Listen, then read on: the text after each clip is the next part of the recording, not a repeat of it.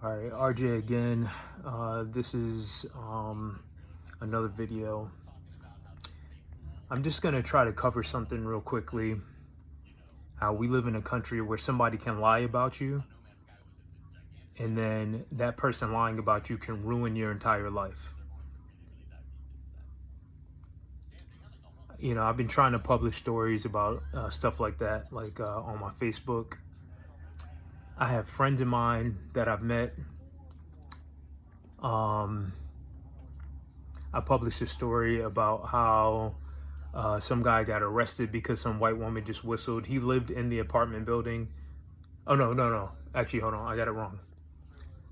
Some white woman called the police because a black person moved into the building, and she was scared because they were black. Right, age-old story. I caught wind of it because it was on the thing. But it's hard being African American in the United States because we live in a world where somebody can lie about you, and then the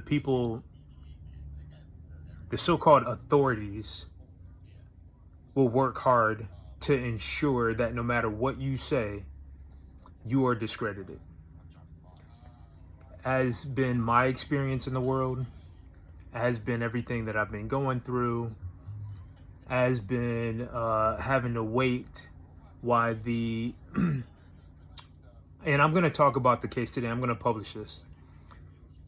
This is our workers' compensation case. I went to court today. I struggled to get there, but I did get there.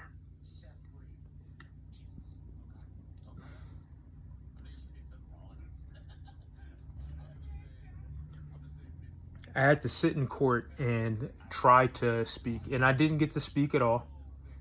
Really, you know, I tried to talk to Judge Liza, and you know, he had at least asked me how I was doing, but then it quickly diverted to the defendant. I think they're the defendant, right? I can't recall all the case notes right now. But essentially everything that they said a month ago that they were going to do to have done and prepared for today, they didn't do. So we wound up having to do a continuation until next month. You know, a lot of the struggle with trying to do anything, and apparently I think they got my new medical record. So I went to a doctor, I think 2 days ago. They gave me some medication, which I have to take now. That medication is to help manage the inflammation that started in my back. If you've seen my other videos, it's traveled up to my eye, and I'm hoping that this medication can help. What I did note earlier today, I felt a pain in my toe, but hopefully that's not much or anything, and something that can be corrected. And I'm going to talk to my doctor about it. On a side note, I'm starting to understand a little bit more about TBI. Although it's not the easiest conversation to have, I do now feel a little better about the manager over there at least helping me to get approved. But what she's doing is she's checking with workers' compensation to see if there's any payment from workers' compensation. This entire process of waiting for someone to actually help me who works in these authoritative positions in government is time consuming. It's a complete headache. And the thing is, I'm in pain during this entire time. I'm trying to be on my best behavior, managing a world where somebody can lie about you and then you wind up in a system where you can't even get out of. Sometimes I feel I got lucky. At least my mother posted bail for me during that case. If I didn't have my mother at that time, I think I probably would have been in there longer than than possible, because it was hard trying to get anyone to even listen to me at all. This has been the story with any government organization or anything. No one, they oftentimes try to discredit me, and oftentimes I feel like maybe it's because I'm African American in the United States. You know, everyone's educated differently. I was educated differently. I was working full time, and I've had quite a few different good jobs. But then during these times where I can't actually work or can't find work, or I'm struggling because now I have a disability. I mean, I've had a disability for years. It didn't stop me from being able to work. Having a back issue is what's stopping me from being able to work, because I have to manage that, and it's not easy. You know, inflammation can travel throughout the body, and infection can travel throughout the body.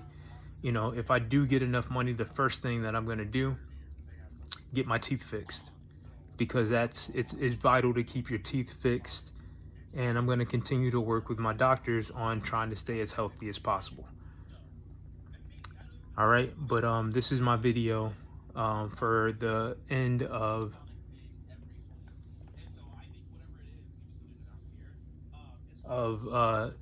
what's today, December 11th, 2025. And yeah, you know, these past couple of days, I found myself spending money at the casino. Why? Because I don't do anything fun. I have nothing fun in my life. Everything is either watching, studying, you know, studying for a career that for whatever reason I haven't been able to find. Every once in a while I get to hang out with my family. Like, I got a chance. Thanksgiving was cool because I got to hang out with my family. That was cool. I probably overdid it with the singing though. Because anyone who knows me knows that I'm a vocalist. I've always loved movies, film, and television. I love to tell a story, and I tell stories through music. I tell stories through my stories, right? So I have a movie that I've been trying to get out. Oh, that's right, and I'm just remembering that Boston Casting has a scriptwriter event. I'm going to submit to there. It's a short, but it's based on an idea that happens mostly, from what I found, in the African American and minority communities. Even yesterday, I thought about reaching out to a friend of mine. I don't know if she still considers us friends, but you know, honestly, she was a mistake that I made that I didn't know that I made until later. But I thought about her. You know, it would be cool to hang out with her. Yeah, I am thinking that way, but you know, she sets the rules, not me. But yeah, I don't know. But yeah, this is my video, my recap of, I still have to go driving for Uber because I didn't make enough money, and I overspent gambling. No, I gave back the $200 that I made. I made $200 one day and I gave it all back, is what I'm trying to say. And I really could have used that for something else, but I'm chalking that up for me spending $200 on me just trying to have fun, doing something to keep my mind off of all the drama and the stressors, or not always drama, but stressors that might come my way. All right. Thank you for watching. This is RJ signing out. All right, long story short, what I was trying to explain in that video, if you are a responsible adult, meaning someone that cares about your community, in the state of Massachusetts, apparently, if you follow up on your health concerns with somebody that you had a past relationship with, apparently you're a criminal. You're a criminal just for following up on your personal health concerns. All right. Yep, that's been my experience. All right. Bye-bye. All right. Hey, guys. So my name is RJ. I've tried my best to explain my story. and I'm still going through it. You know, long story short, in 2018, I was accused of a crime, right? Simply because I had an ex-girlfriend who had an STD, right?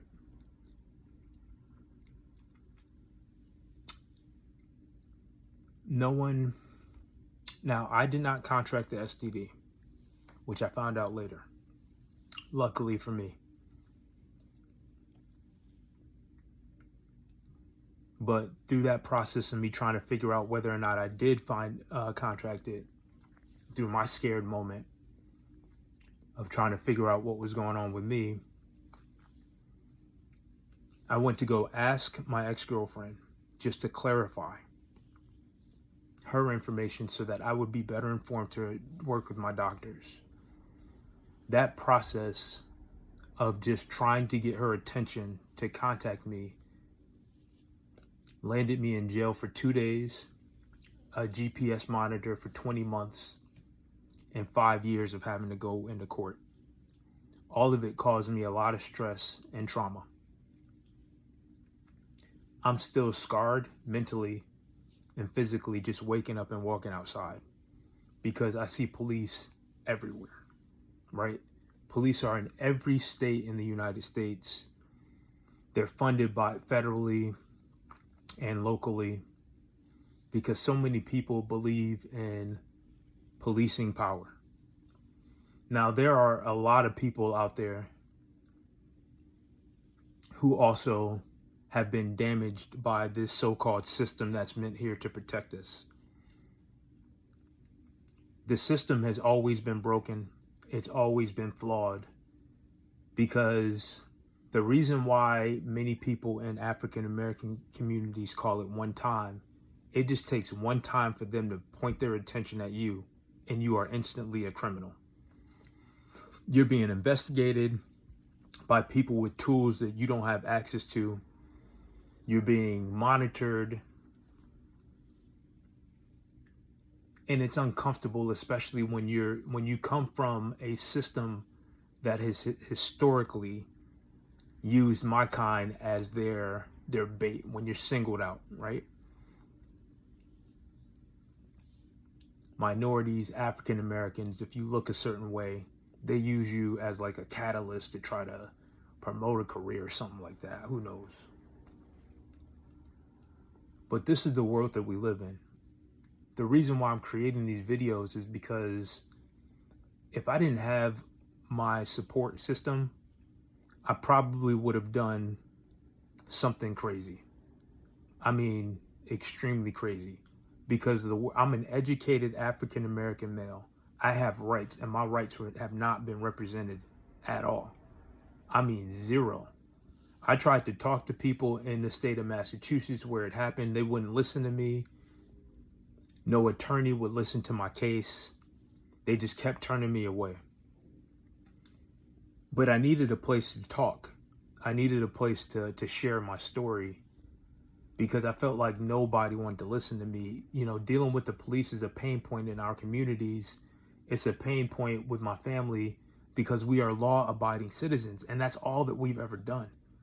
Our entire lives, we've just tried to follow the law. That's all we ever do, but it doesn't matter. You can, you know, I talk to a guy. Sometimes I get in conversations because I'm an Uber driver. We just talk, right? They're stuck in the car with me. I try not to remind them of that. But yeah, we just talk. And I was talking to this guy in the military. He was like, oh, it's been hard for me trying to find a job consistently. I can tell that he had a similar story of mine, not having enough stability. So he said that he got arrested because he had an open, he had a gun that was loaded in his car, and he was unaware that of the law, I think in either Rhode Island or Massachusetts, a law that I had heard of, where you have to, it's gun laws. I don't know too many gun laws. I know a couple of them. I don't carry a gun, and you know, I carry a Bible. and a pen, you know, because I'm not that stupid. Um, I've thought about carrying a knife, something, just to protect myself, because people are crazy. People are stupid. They'll say things about you. They don't know not a damn thing about your situation. Some of them don't care, and some of them are just flat out racist. Um, just flat out ignorant, stupid, and then you get people that are kind. You get all sorts of things, right? But that's the world that we live in, and you don't know what you're gonna get on any given day. Um, you don't know the type of people that'll care about you. You don't know the type of people that'll be sympathetic to your situation. I had another conversation, which is part of the reason one of the joys I get out of being an Uber driver. She was a mother of 3, and she was explaining how she had to go back to work. I didn't get too deep into a conversation with her, but I tried to talk to her, and it seemed to be that she understood. I was like, I don't know, whatever. I was like, I remember for a long time, I was trying to convince a girl to become my wife. During that process of me just trying to find a wife altogether, I used to say things like, yeah, if you become my wife, if you just stand next to me, stay loyal to me, I promise you I will give you all of what I can give you. Right? None of that worked. Right? When I told them that I can't guarantee you anything in the future. I'm not saying you'll be alone, but that's the world that we live in. They don't like that either. I'm not young in my 20s guaranteeing that we'll live forever. Me and my ex used to have this song called I'll Love You Forever. We would sing it to each other. That's how in love we were. Like, oh, I'll love you forever. And I thought about publishing that song because I really liked my ex at the time. She, maybe it's because the time that she was, where she was in her life, but at that time we needed each other, and that's exactly what we were. Or that's what it felt like. Yeah, I felt like I needed her, and she felt like she needed me. So we survived for 6 years, helping each other and supporting each other because we needed each other during that time. I helped her get stronger. I believe I probably gave up too much of myself in that relationship. But yeah, by the time she left me, she was as strong as she could possibly be because I knew that I was pouring a lot into making sure that she was happy. Because I didn't want to disappoint her. But that was the relationship that I had. I have yet, since 2013, I think, been able to find another relationship like that where we just support each other. Maybe it was those earlier relationships. I had a relationship before that 6-year relationship where it was kind of the same, but I call that discovery. We were discovering the world together. That was my ride or die. She's been my ride or die, kind of still. Like, I would love to hear from her, right? Regardless, my door has always been open for her, regardless of where I'm at in my life. And unless I'm in a relationship with someone else, those were the rules that we set up for each other. Like, she can contact me today. I'll talk to her. Just update me on how you're living, what you're doing, XYZ. And I've always left that door open for all of my exes.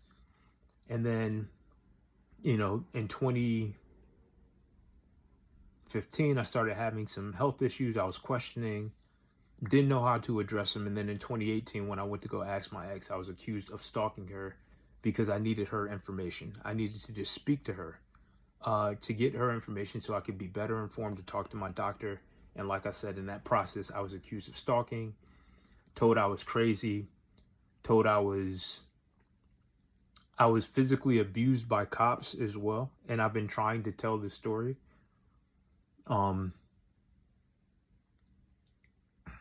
I didn't know how to address some of the things that I was going through, and I didn't know who to speak to. I obviously didn't want to keep contacting my mother. My mother had her own issues to go through. My dad wasn't always that supportive of speaking to me. I know that my dad's always had love for me, but he's never been the most outgoing or forward thinking to call. That type of stuff started happening maybe a couple years ago because my mother was contacting him saying that I still need him. Yeah, because I've always idolized my dad, right? He's a minister, Army vet, worked in the police department, and I've kind of idolized the way that he navigates the world. He never seems to have any problems. So obviously that's what I wanted in my world. But yeah, I haven't had that. I've been challenged with my education. I've been challenged with working. I decided to follow the path similar to both of my parents, which is to become an educator. That's when I started writing and creating content. And this creating these videos is just the evolution of my thinking on how to create content. Right? I have music, I have movies, and in reality, we have to share our stories. That's the only way we can get anywhere in life. I don't know where my videos are going to take me. I don't know if my videos will take me anywhere. But this is what I know to do. I have to document my story. I have to document my successes, and I'm documenting my failures as well. All right, so now I'm in a workers' compensation case where I've been working for, since that case, that was 2018. I've been working since then in different roles, being a chef. Me having a record hasn't necessarily stopped me that I know of from getting certain jobs, but it did get me fired from one job when they saw the ankle monitor on me. It was because I was in a different state, and all these young people were they're ignorant of the law. Like I used to be that young and naive. When I was in my 20s, I used to think, oh no, I'm a law-abiding citizen. Nothing will ever affect me. Nope. Pump your brakes. You're still an African American. You live in a predominantly white region of the world. So you might have some issues. And then I hear other people talking about it, and it's just like, for African Americans, it's an international problem. I just saw about a naval chief in Japan who was arrested, right?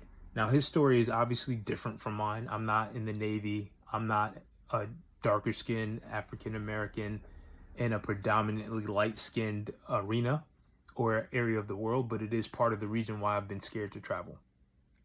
All right. I don't know. Like, I've been to Puerto Rico. I've been up and down the right side of the coast, and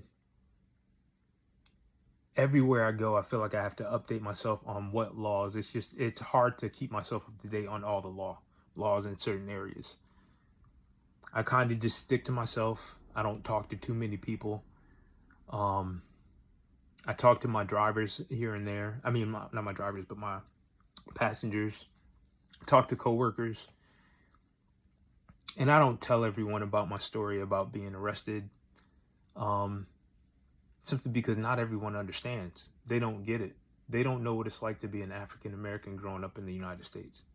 We're targeted. Like I know that I've been targeted at different times. Like I can't escape it. I don't have to there's nothing that I have to do. I just have to live long enough, and eventually the police start targeting us. That's just been the way that the world works. It's just like you can't escape it. Eventually the police are going to place their eyes on you, and they're going to ask you certain questions. That's just how it feels, right? And I've been trying to navigate this world of being a legal citizen my entire life. Like, I've done jury duty. I've been in the court system since I could recall. I was on a federal watch list back in high school. Like, I remember seeing my name on a federal watch list. I'm like, why am I on a federal watch list? It's because my parents put me on a plane, right? So They were registering kids who were on planes, and I remember seeing that back in what's the name? I had considered joining the FBI. That was high school or the Air Force or stuff like that. But I got pulled into to business because it was the one area where I feel like I didn't have enough support. Like I didn't know enough about the world. So my plan was to get that education, get an education on business, and then everything else would fall in place. Like I could be an actor, and I, you know, with a college degree, and that would give me more. According to the people that I had spoken to in the industry, they said that was the smartest move to do. Get a college degree, then pursue acting. So that's what I was going to do.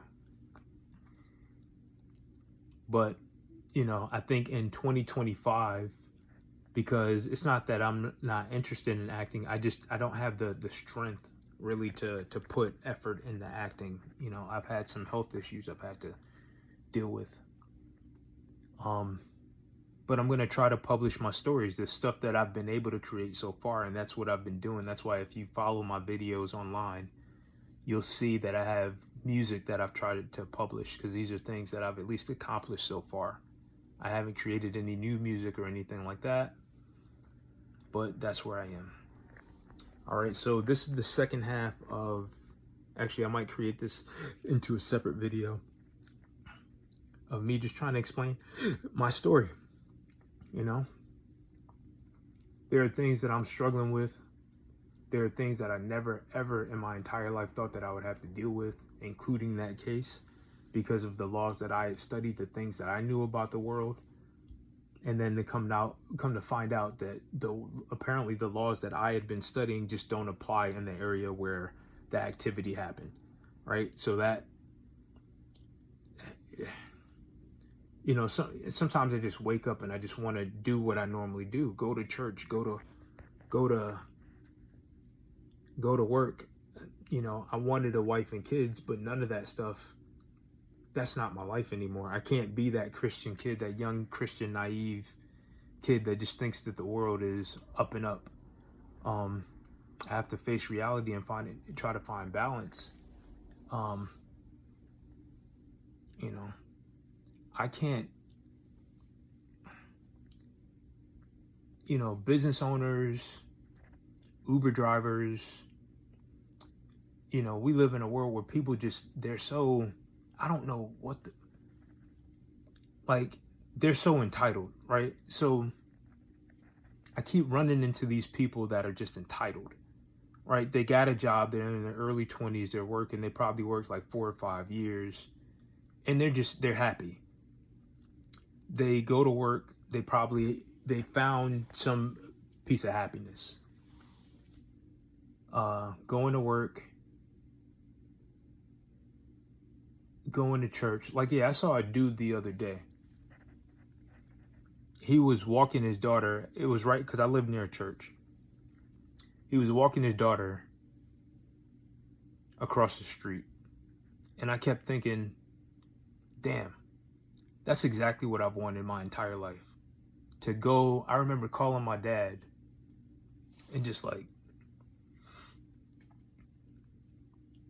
Dad, when I finally have kids, I want to fly out to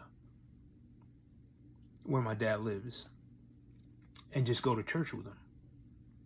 I said I wanted to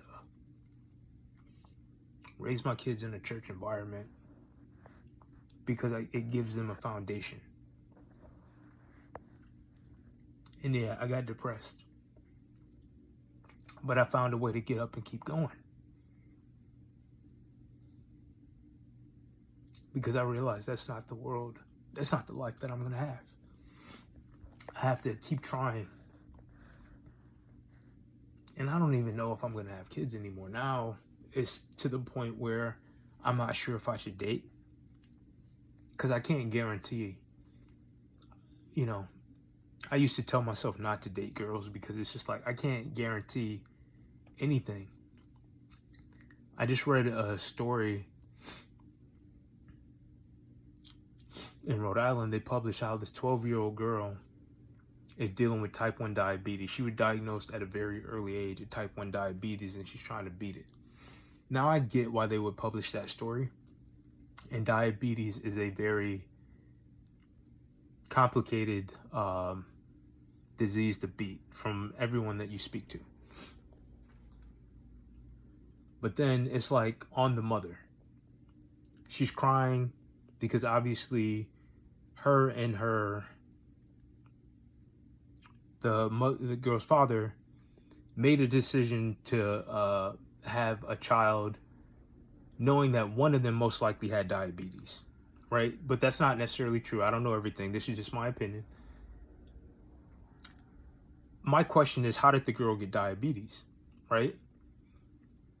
I wasn't born with diabetes. Diabetes came later. I wasn't given the pre-diabetes conversation by any of my doctors. It was something that I had to try to educate myself on my own by asking my mother questions, my dad questions, and I've kind of been stuck there. I tried to get ahead of any diabetes, but I couldn't get in front of anyone in enough time. So yeah, I've been struggling with that as well. So I've been managing it as best as I can, managing the world with money, and this is my reality.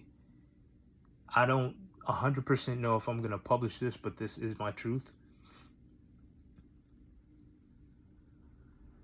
But yeah, some days I wake up and I just don't know at 41 where all of my objectives of just trying to be a good Christian male turned into having to fight for my life, having to fight for survival,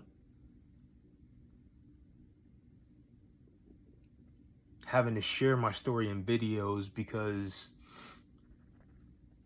in my world you can't show that you have to try to be strong through everything, right? Regardless of